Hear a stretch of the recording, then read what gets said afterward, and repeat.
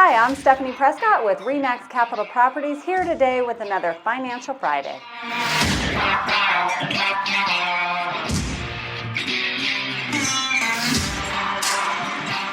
What is your credit score and how does it affect your home buying and mortgage options? Many people ask, what is a credit score? Your credit score is a measure of how you interact with debt. Your credit score affects your interest rate and it can affect how much you have to put down on your mortgage. It's not impossible to buy a home with damaged credit, it's just much more expensive.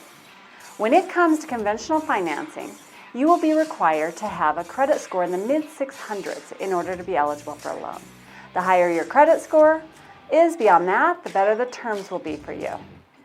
This is why it's so important to understand your credit score in the months before you apply for a mortgage. If you have an impaired credit history, you'll want to work to improve your score before you even apply for a home mortgage. And if you already have good credit, you'll want to keep it as high as possible by avoiding taking on other new debt. So 3 tips to improve your credit score.